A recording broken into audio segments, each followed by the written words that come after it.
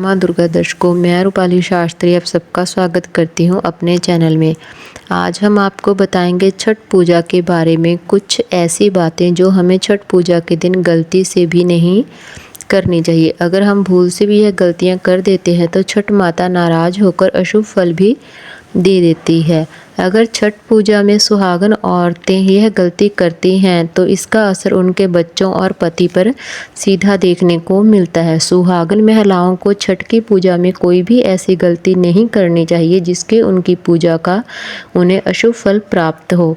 तो आइए आपको बताते हैं कि सुहागन महिलाओं को इस दिन क्या नहीं करना चाहिए। छठ पर्व एक पवित्र पर्व माना गया है। इस साल छठ पूजा 5 नवंबर से लेकर 8 नवंबर 2024 तक की जाएगी। आइए अब जानते छठ पूजा में कौन सी गलतियां कभी नहीं करनी चाहिए। छठ पूजा में छठ माता को यह 3 चीज़ें भूलकर भी ना चढ़ाएं, इससे व्रत का फल कभी नहीं मिलता है। छठ माता नाराज होकर श्राप भी दे देती हैं। सच्ची श्रद्धा के बिना रखा व्रत और शौक के लिए किया गया व्रत को कहने पर रखा गया व्रत माता किसी और के कहने पर रखा गया व्रत भी माता को मान्य नहीं होता है। इससे आपका, आपके बच्चों और आपके पति का नुकसान भी हो सकता है। इसलिए बिना श्रद्धा और यकीन के यह व्रत कभी नहीं करना चाहिए। सूर्य को अर्घ देने के लिए केवल तांबे के लोटे का ही इस्तेमाल करें। किसी और धातु के लोटे से दिया गया अर्घ कभी मान्य नहीं होता है। व्रत के दिन घर में मांसाहारी भोजन ना बनाएं और ना ही बाहर जाकर खाएं। ऐसा करने से आपके जीवन में बड़ी हानि का शिकार होना पड़ सकता है। छठ मैया का प्रसाद पूरी शुद्धता से बनाया जाना चाहिए। सूर्य को अर्घ देने से पहले कभी भी भोजन ग्रहण नहीं करना चाहिए, इससे घोर पाप लगता है।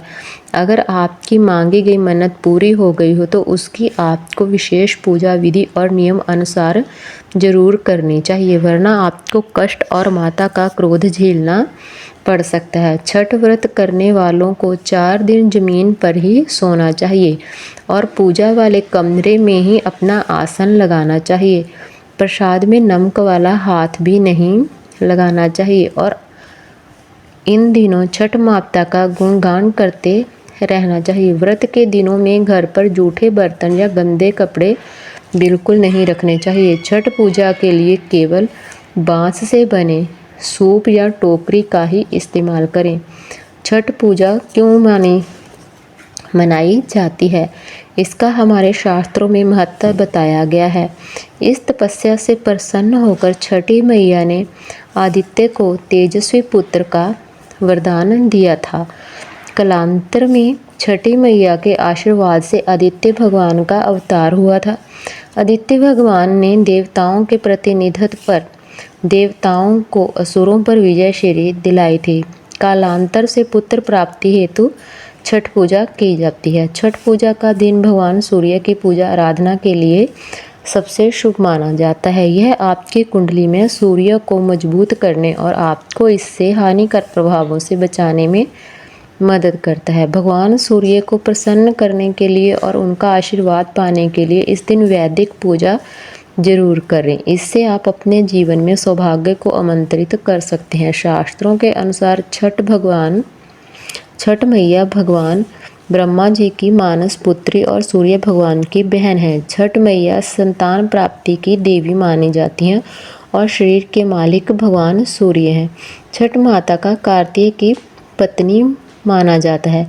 धार्मिक ग्रंथों के मुताबिक छठ मैया की सवारी बिल्ली को माना गया है। इस दिन हमें कभी भी भूलकर बिल्ली को नहीं मारना चाहिए। खासकर छठ पूजा के दिनों में बिल्ली को दूध जरूर डालना चाहिए।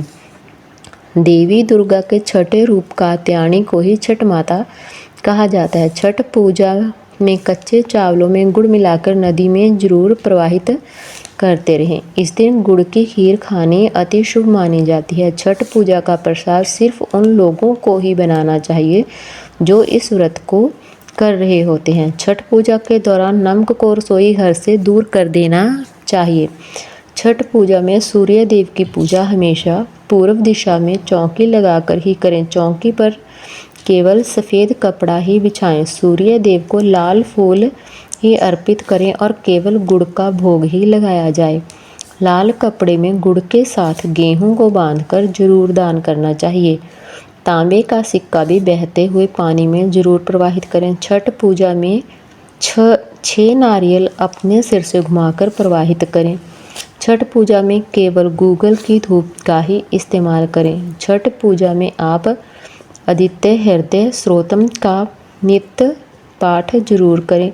इस पाठ के बिना आपकी छठ पूजा और व्रत सफल नहीं होता है। छठ पूजा में गन्ने की खीर का प्रयोग जरूर करें और अपने बच्चों को भी इस खीर का सेवन जरूर करवाएं। इससे छठ मैया बहुत जल्द और प्रसन्न हो जाती हैं और आपको आशीर्वाद देती हैं। आपको हमारी जानकारी कैसी लगी हमें कमेंट कर ज़रूर बताएं। जिन लोगों ने अभी तक हमारा चैनल सब्सक्राइब नहीं किया कृपया वो चैनल को सब्सक्राइब करें, लाइक करें, कमेंट करें और शेयर करें। जय मां दुर्गा।